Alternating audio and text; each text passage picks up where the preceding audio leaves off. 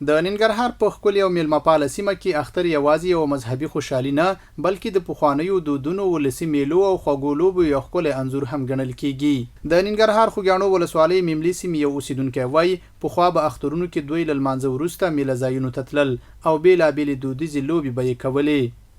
پخوا به دغسې اخترونه موږ لمانځل، اول به لاړو لمانځه ته، مونځ به وکړو، بیا به د مانځه نه بعد بیا به راغلو خپلو خپلوانو ته به څوک مبارکۍ ته تله، څوک به میلو ته تله، بازارو ته به تله، د تفریح ځایانو ته به تله. بس دغه میلې وې د وړکو د ځوانانو، چا به خوسی کوو، چا به تیږه اچوله، بس مختلف رقم میلې وې. نوموړی زیاتوي که څه هم د اخترونو په لمانځلو کې له پخوا یو څه توپیر راغلی خو بیا هم ځوانان په اوس وخت کې جلال آباد ښار سراج العمارت بڼ، ناکامورا پارک، کامې، خوږیاڼو، پچراګام، هسکې مینې او ځینو نورو ولسوالیو ته د تفریح او میلو لپاره ځي. ولا اوس خو میلو ته خلک دغه پارکونو ته ډیر ځي، کوم ځای کې دغه کرکټ لوبه کېږي د اخترو په مناسبت برابري شوي چا جوړې کړي وي، یا همداسې کلیوالي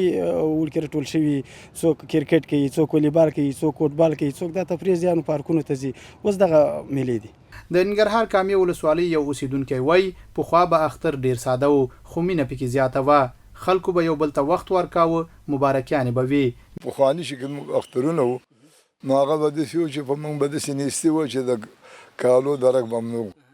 کوم کالي به هم چې وو هغه به هم پیوندي وو، هغې ته هم پیوندونه پراته وو او ډوډۍ د نارې به چې ورته موږ یو نو اکثره به غټې وریجې وي، په هغې کې به یې قرص دغه کړي وو او د غوښ غوړي به یې پرې واچول او هغه به زموږ نارې وو. د جلال آباد ښار یو بل ځوان بیا د اختر په دې رنګینو شپو او ورځو کې له ځوانانو غواړي چې د موټرو په چلولو کې د احتیاط وکړي. هغو ځوانانو نه چې کوم موټرې نه زده او صرف بارګین یې راویستلی وي په کرایه باندې، هغوی ځوانانو نه دا هیله ده چې البته یو 2-3 میاشتې کورس وایي هغې نه بعد بیا موټر ته کښېني او چې موټر یې نه زده باید احتیاط ورسره وشي، ځکه چې بیا دغه اختر چې د